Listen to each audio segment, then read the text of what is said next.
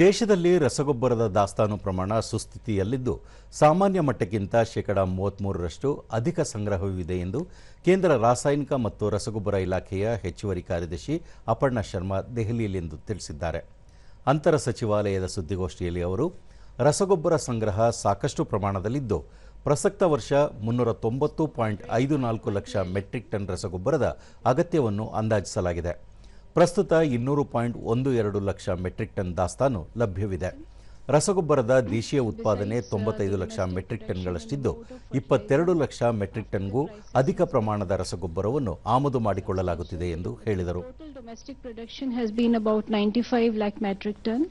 And about 22.60 lakh metric tons of imports have reached our shores. So a total of 117.6 lakh metric ton have been of fertilizer has been added to our availability scenario. Besides, the country has already secured 13.5 lakh metric ton of DAP and 9 lakh metric ton of NPK complexes. These will ensure adequate availability during the peak Kharif season.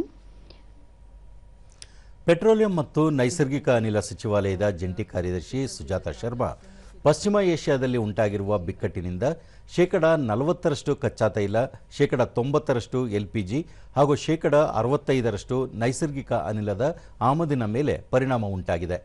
ಈ ನಡುವೆಯೂ ದೇಶೀಯ petroleum ಪೂರೈಕೆಯನ್ನು ಸುಗಮವಾಗಿಸಲು ಪ್ರಯತ್ನ ನಡೆಸಲಾಗುತ್ತಿದೆ. ಪರಿಸ್ಥಿತಿಯನ್ನು ಸೂಕ್ಷ್ಮವಾಗಿ ಗಮನಿಸುವಂತೆ ರಾಜ್ಯಗಳು ಮತ್ತು ಕೇಂದ್ರಾಡಳಿತ ಪ್ರದೇಶಗಳಿಗೆ ನಿರ್ದೇಶನ ನೀಡಲಾಗಿದೆ ಎಂದು ತಿಳಿಸಿದರು. ದೈನಂದಿನ ದೇಶೀಯ ಎಲ್ಪಿಜಿ ಉತ್ಪಾದನೆ 50,000 ಮೆಟ್ರಿಕ್ ಟನ್ಗಳಿಗೆ ಏರಿಕೆಯಾಗಿದೆ. ಕಳೆದ 4 ದಿನಗಳಲ್ಲಿ 1,71,00,000 ಗೃಹ ಬಳಕೆ ಎಲ್ಪಿಜಿ ಸಿಲಿಂಡರ್ಗಳನ್ನು ಪೂರೈಕೆ ಮಾಡಲಾಗಿದೆ. 24,000 ಟನ್ಗಿಂತ ಅಧಿಕ ವಾಣಿಜ್ಯ ಎಲ್ಪಿಜಿ ಪೂರೈಸಲಾಗಿದೆ. OTP आधारित पूरैके प्रमाण शेकड़ 95क्किंत ಹೆಚ್ಚಾಗಿದೆ ಎಂದು ತಿಳಿಸಿದರು. और वहां पर भी इस पर डिस्कशन हुआ है और मॉनिटरिंग के लिए स्टेट गवर्नमेंट से और यूनियन टेरिटरी से रिक्वेस्ट की गई है. OMC लेवल पर और यहाँ मंत्रालय के लेवल पर भी सभी रिटेल आउटलेट्स को क्लोजली मॉनिटर किया जा रहा है. सप्लाई सिचुएशन क्लोजली मॉनिटर की जा रही है ताकि अगर कहीं पर जो भी इंटरमिटेंट ड्राई आउट्स अगर कहीं हैं तो उसको तुरंत ही एड्रेस किया जाए और जो स्टॉक्स हैं पेट्रोल और डीजल के सभी रिटेल आउटलेट्स पर तुरंत रिप्लेनिश किए जाएं. पीएनजी कनेक्शंस के संबंध में 7.99 lakh PNG connections have been gasified. Another 2.87 lakh connections are ready for supply of gas as the infrastructure has already been created.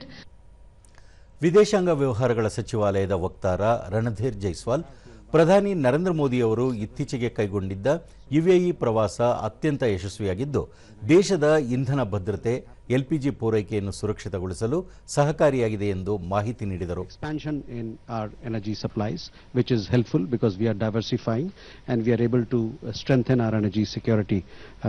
The other question that you saw, we also yesterday, as you would have seen, we have pointed out that distortions and constraints in the markets do not help us. It is in our interest that these constraints and distortions go so that energy prices can come down.